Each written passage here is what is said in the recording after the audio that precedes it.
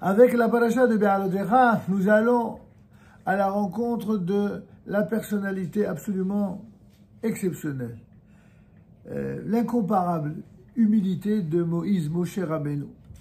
Puisqu'il est dit dans cette fameuse paracha, et l'homme Moïse était le plus humble des hommes sur terre.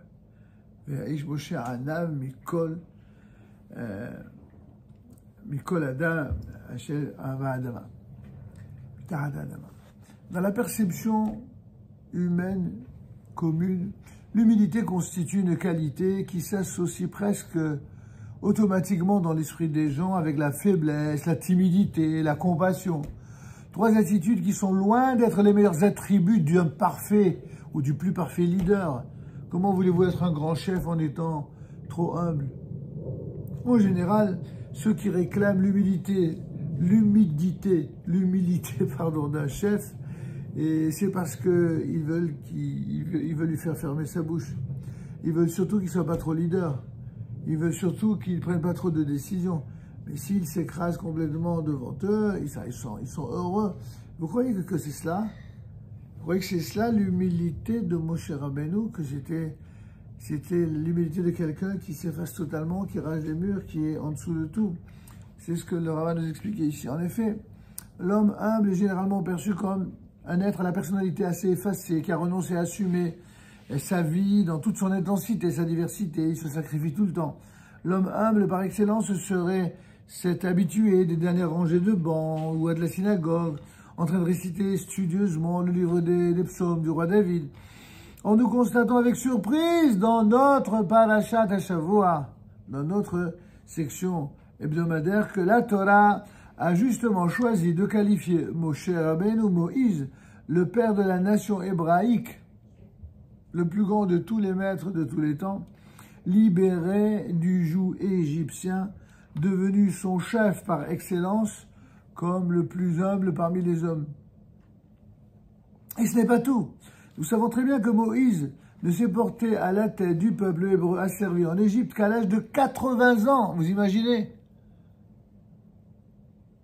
C'est-à-dire qu'il a commencé à être véritablement connu comme étant quelqu'un d'humble, à quel âge? À l'âge de 80. Et alors avant, qu'est-ce qui s'est passé? Qui était ce fameux prince d'Égypte? Cet homme qui était un guerrier, un homme qui était courageux, qui était fort, qui était supposé de sang royal, qu'il l'était d'ailleurs, mais d'une autre façon que ce que pensaient ses contemporains, jusqu'à l'âge de 80 ans. Pendant les 4 décennies qui suivirent, c'est-à-dire de 80 à 120 ans, eh bien, il conserva, ce que dit la Torah, l'œil vif, et qu'il sut sans faillir un seul instant guider le peuple lors de ses pérégrinations dans le désert jusqu'à ce qu'il atteigne la terre promise. C'est ce même Moïse qui a dirigé spirituellement le difficile combat contre Amalek et également militairement la guerre contre les rois géants nommés Sihon et Og, parvenant même, selon nos commentateurs, à mettre lui-même à mort Og, roi de Bashan. Vous savez qu'est-ce que c'est le Bashan? Bashan, c'est ce qui correspond aujourd'hui à l'actuel plateau du Golan, en Israël bien sûr. Alors c'est cela que Moïse. Pourtant, malgré cette puissance, et en dépit du charisme et du prestige qui le rendait si populaire parmi les enfants d'Israël, Moïse était resté simple et humble dans son comportement. Et si l'on étudie de plus près ce passage du texte biblique, on remarquera que son attitude n'a finalement rien de surprenant, car sachant associer harmonieusement humilité et puissance, simplicité et charisme, Moïse n'a fait que suivre l'exemple fourni par l'Éternel lui-même. Comme il est dit dans le célèbre Cantique Ha'ideret ve'Haemuna, Ha'oz ve'Ha'anava, il possède la force et l'humilité. C'est que loin d'être exclusives l'une de l'autre, au contraire, ces qualités sont bel et bien complémentaires. Les êtres les plus humbles doivent être capables d'une force et d'une puissance absolument colossale. Imaginez l'humilité dont il faut faire preuve et la puissance dont il faut être capable pour fermer sa bouche devant l'arrogance d'un imbécile qui dit des monstruosités et ne rien dire. Laissez parler. C'est pas facile. Dans un texte talmudique récité par de nombreuses communautés à la sortie du Shabbat, il est écrit « Partout où tu rencontres la grandeur divine, eh bien, tu rencontres son humilité. Car Dieu crée le monde, les montagnes, le vent et les tempêtes, et c'est lui, en même temps, qui se préoccupe du sort de la veuve et de l'orphelin. En effet, ce sont les êtres les plus grands qui font les choses les plus extraordinaires, qui sont souvent celles qui ne se mettent pas forcément en avant, qui attendent le moins. » En prenant appui sur ce texte, nous pouvons donc affirmer que l'humilité divine se concrétise avant tout par la préoccupation et le souci permanent de l'Éternel envers ses créatures. En d'autres termes, l'Éternel est un Dieu transcendant et au-delà des mondes. Mais en même temps, il est un Dieu immanent qui ne cesse d'intervenir dans tous les mondes. Il en est de même pour celui qui fut l'être humain le plus proche de l'Éternel et le plus grand prophète qui ait jamais existé. Moshe Rabbeinu ou Moïse a su être un homme courageux, puissant et même génial.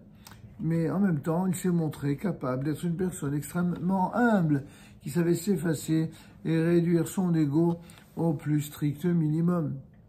Dans le traité talmudique Hulin, à la page 89a, nos sages décrivent comment Dieu est devenu amoureux du peuple d'Israël. Comment Dieu est-il tombé amoureux du peuple d'Israël en remarquant combien humble était sa conduite par rapport à celle de toutes les autres nations de la terre à l'époque du mont Sinaï.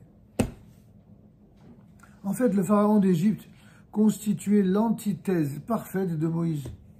Il était à ce point imbu de sa personne qu'il n'hésitait pas à parler du Nil comme de sa propre création. Souvenez-vous de la paracha de Miketz, Vahi Miketz, eh bien là-bas on voit qu'il fait un rêve, le pharaon d'Égypte, et lui qui considère le Nil comme un dieu, le dieu le plus grand de l'Égypte, quand il se voit en rêve, il est lui au-dessus du fleuve, il est au-dessus de Dieu.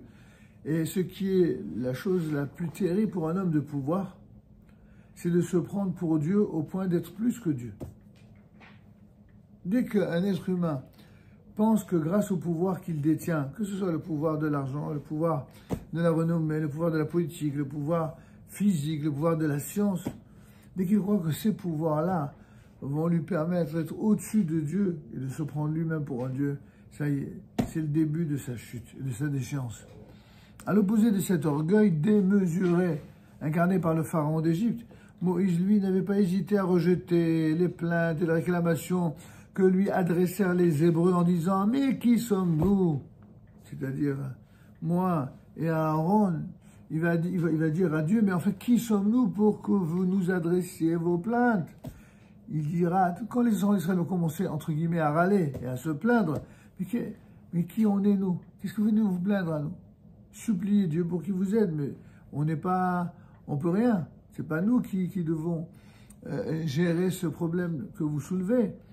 Plus tard même, lorsque Myriam et Aaron prononcèrent des paroles injurieuses à son encontre, eh bien, il n'en fut pas vexé le moins du monde. Effectivement, ces propos blessants l'avaient laissé indifférent parce qu'il vivait dans un autre monde.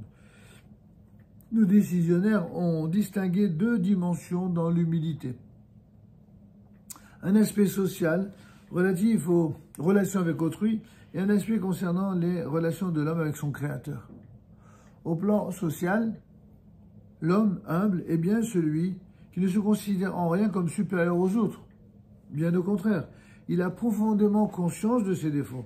Il se trouve capable de toujours déceler chez autrui les qualités les plus cachées et demeure toujours prêt à leur rendre service.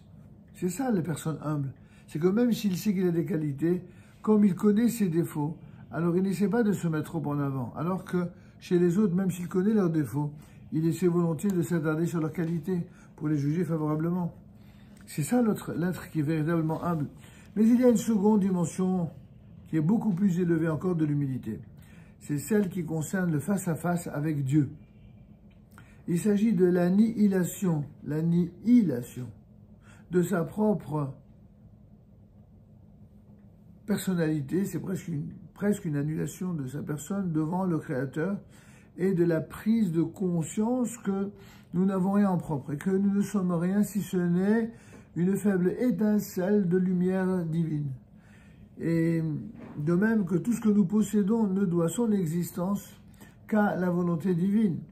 C'est justement cette prise de conscience qui a permis à Moshe Rabbeinu, à Moïse, de devenir le réceptacle le plus parfait de la parole divine et d'être considéré par nos sages comme un verre transparent ou comme un miroir, pour notre expression, un miroir étincelant.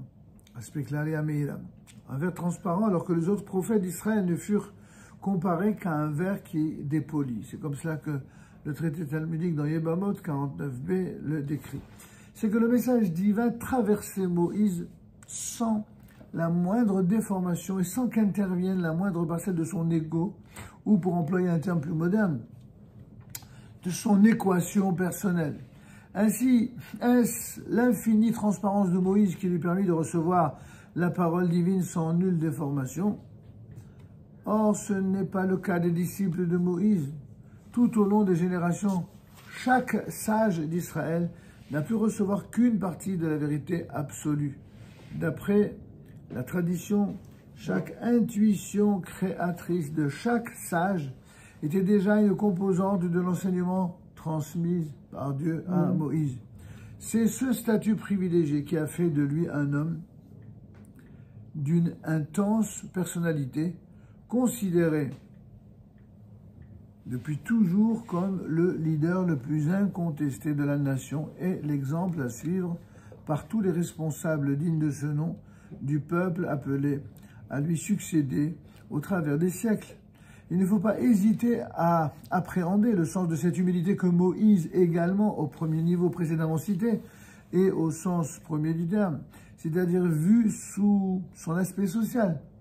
On le constate effectivement au début du livre de l'Exode. Bien qu'il ait été élevé depuis sa plus tendre enfance dans le palais de Pharaon en tant que fils adoptif du souverain égyptien, et donc comme prince consort susceptible de prétendre à la succession du trône royal, Moïse n'a jamais voulu user de ce privilège extraordinaire. Au contraire, nos sages racontent que malgré son haut rang, il choisissait toujours parmi les fonctions officielles celle qui le mettait directement en contact avec ses frères hébreux, ce qui finalement lui permettra d'assouplir puis de briser les affres de leur esclavage.